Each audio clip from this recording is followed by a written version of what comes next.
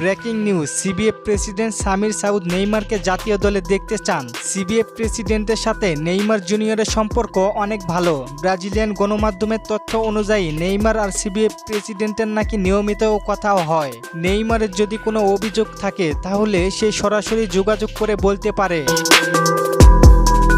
5 ফেব্রুয়ারি নেইমারের জন্মদিন উপলক্ষে সিবিএফ থেকে কোনো রকম পোস্ট করা হয়নি। সেই বিষয়টি নিয়ে ইতিমধ্যেই সামির সাউদ দুঃখ প্রকাশ করেছেন। আগামী 16 তারিখ দল ঘোষণা করবেন কোচ কার্লো আনচেলত্তি। আর সেই স্কোয়াড ঘোষণায় তাকে পুরোপুরি স্বাধীনতা দেওয়া হয়েছে। কিন্তু নেইমার জুনিয়রের ব্যাপারে প্রেসিডেন্টের ইতিবাচক মনোভাব পরোক্ষভাবে কিছুটা হলেও প্রভাব ফেলবে। এছাড়া সিবিএফ এর বর্তমান বোর্ড সদস্যরা মনে করেন নেইমারের প্রতি কোনো ধরনের অন্যায় হলে ব্রাজিল সাধারণ মানুষ তোপের মুখে পড়বে। কারণ হিসেবে নেইমারের জন্মদিনে তাকে নিয়ে পোস্ট না করায় ভক্তরা অনেক ক্ষিপ্ত হয়েছিল। আমরা ব্রাজিল ভক্তরা চাই নেইমার তার যোগ্যতায় 26 বিশ্বকাপে অংশগ্রহণ করুক। ব্রাজিল দলের জন্য নেইমার কি করেছে সবাই জানি আমরা। শুধু নামের পাশে অর্জন করতে পারেনি বিশ্বকাপ, কোপা আমেরিকা এবং ব্যালন ডি'অরের ট্রফি। নেইমারের সবকিছুই জেতা সম্ভব হতো যদি ইনজুরি নামক জিনিসটা না থাকতো।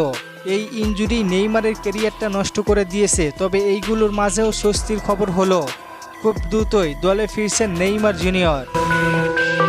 কেননা বোর্ডের প্রেসিডেন্ট যখন খেলোয়াড়দের ভালোভাবে পর্যবেক্ষণ করে সেই ক্ষেত্রেও বোর্ড এবং প্রেসিডেন্টের সাথে কোচ কিছুটা হলেও আলোচনা করবে। আপনার কি মনে হয় নেইমার কি তার যোগ্যতায় দলে আসতে পারবে? জানিয়ে দিন আপনার মূল্যবান মতামত। আর চলেন আপনাদের কমেন্টগুলো দেখে আসি।